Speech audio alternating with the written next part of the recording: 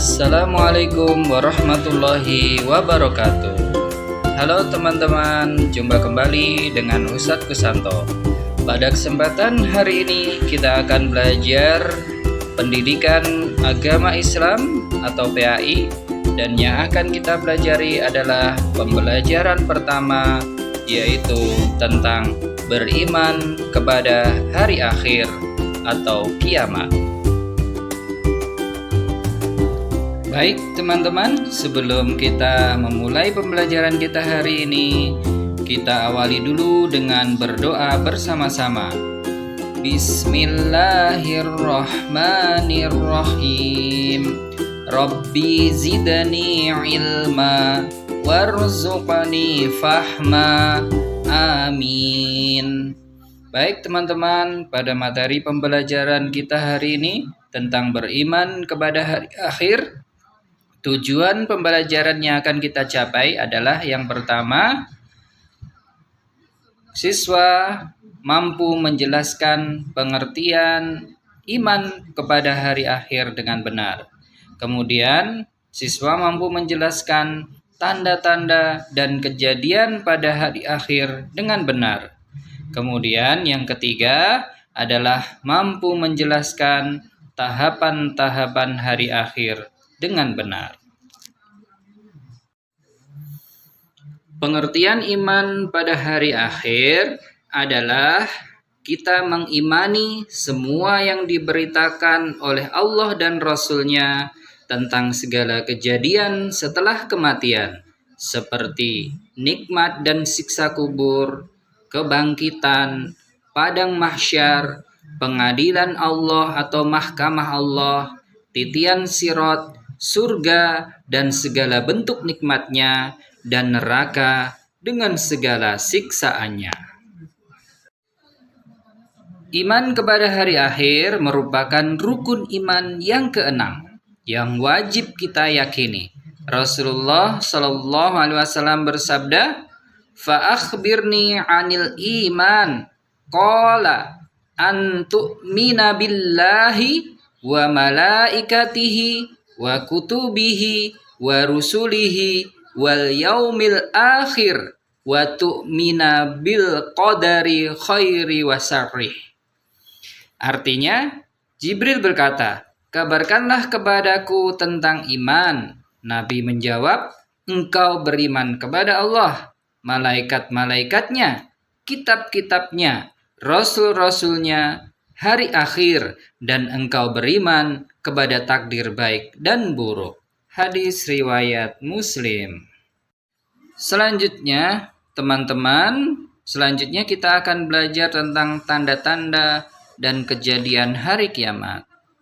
Tanda-tanda terjadinya kiamat terbagi menjadi dua. Yang pertama adalah tanda-tanda kecil menjelang hari kiamat.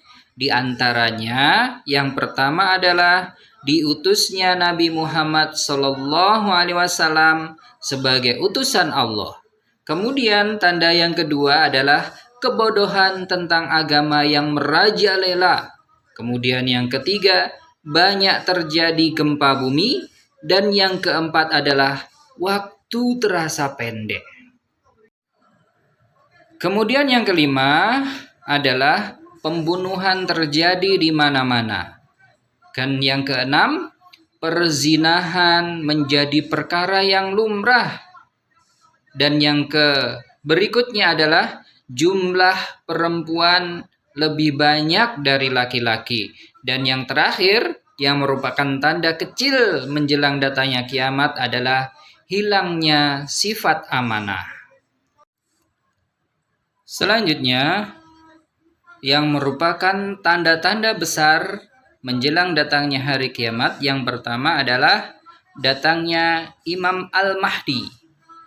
Yang kemudian disusul tanda yang kedua adalah datangnya Dajjal yang memimpin sekutu orang-orang kafir. Salah satu ciri Dajjal adalah dia bermata satu.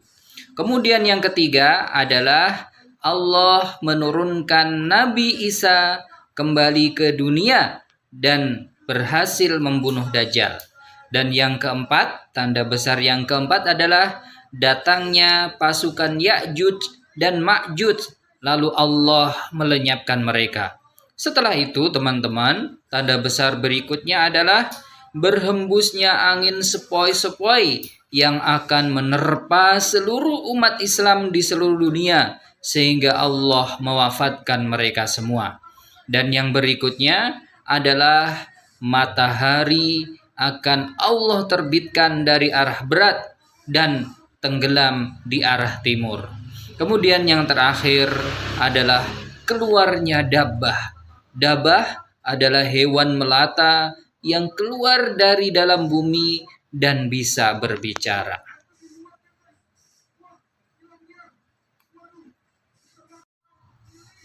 Nah, teman-teman, setelah kita melihat tanda-tanda kejadian menjelang hari kiamat, selanjutnya akan terjadi kejadian hari kiamat. Hari kiamat ini teman-teman terjadi secara menggemparkan. Hal itu diawali dengan ditiupnya sangkakala pertama oleh malaikat Israfil. Suaranya sangat keras, memekikkan telinga. Lalu langit dan bumi dengan seluruh isinya akan hancur lebur tak tersisa. Kemudian setelah itu Israfil meniupkan sangkakala untuk yang kedua kalinya. Setelah itu langsung seluruh umat manusia, mulai dari Nabi Adam hingga generasi akhir zaman, dihidupkan kembali oleh Allah. Mereka akan dimintai pertanggungjawaban atas segala perkara yang mereka lakukan selama hidup di dunia. Selanjutnya, kita akan mengenal tahapan-tahapan hari kiamat. Tahapan yang pertama adalah alam kubur atau yang kita kenal juga dengan alam barzah. Sebagian besar manusia sudah wafat sebelum datangnya hari kiamat dan mereka telah dikuburkan. Oleh sebab itu, alam kubur atau alam barzah merupakan tahapan pertama hari akhir. Tahapan yang kedua adalah hari kebangkitan atau Yaumul Ba'ts. Hari kebangkitan adalah hari ketika manusia akan dibangkitkan dari alam kubur. Hal ini terjadi setelah tiupan sangkakala dari malaikat Israfil yang kedua. Tahapan yang ketiga adalah padang mahsyar. Setelah dibangkitkan dari kubur, manusia kemudian dikumpulkan di padang mahsyar dalam keadaan seperti ketika dilahirkan. Tidak bersandal, telanjang, dan tidak dikhitan. Pada saat itu, jarak kepala manusia dengan matahari sangat dekat, sehingga keringat sebagian orang ada yang sampai mata kaki, lutut, pinggang, dan ada yang sampai mulutnya. Namun ada juga orang yang nyaman berlindung di bawah arsy-Nya Allah. Tahapan yang keempat adalah mahkamah atau pengadilan Allah. Setiap manusia akan dimintai pertanggungjawaban atas segala perbuatan yang pernah dilakukannya di dunia. Kalau kita amalnya baik, maka Allah akan berikan catatan amal kita dari sebelah kanan. Kalau banyak amal buruk yang kita lakukan, maka akan diberikan catatan amal kita dari sebelah kiri. Tahapan yang kelima adalah titian sirat. Setelah menjalani pengadilan di mahkamah Allah, maka manusia akan melewati titian sirat, yaitu jembatan yang sangat tipis yang terbentang di atas neraka.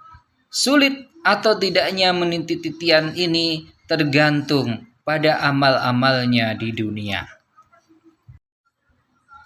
Selanjutnya, tahapan yang terakhir adalah surga dan neraka. Orang-orang yang beriman, yang amal solehnya lebih banyak dari dosa-dosanya, maka akan diampuni oleh Allah dan dia akan dimasukkan oleh Allah ke dalam surganya yang penuh dengan kenikmatan dan mereka kekal di dalamnya. Sebaliknya, jika orang tersebut ingkar kepada Allah dan dosa-dosanya lebih banyak daripada amal kebaikannya, maka Allah akan memasukkannya ke dalam neraka. Setelah menjalani siksaan di dalam neraka, maka selanjutnya dia akan dimasukkan ke dalam surga dan juga kekal di dalamnya untuk selama-lamanya.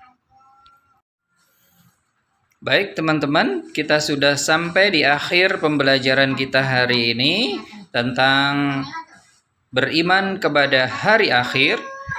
Hari ini kita sudah belajar tentang pengertian beriman kepada hari akhir, kemudian tanda-tanda menjelang kejadian hari akhir, serta tahapan-tahapan kejadian hari akhir.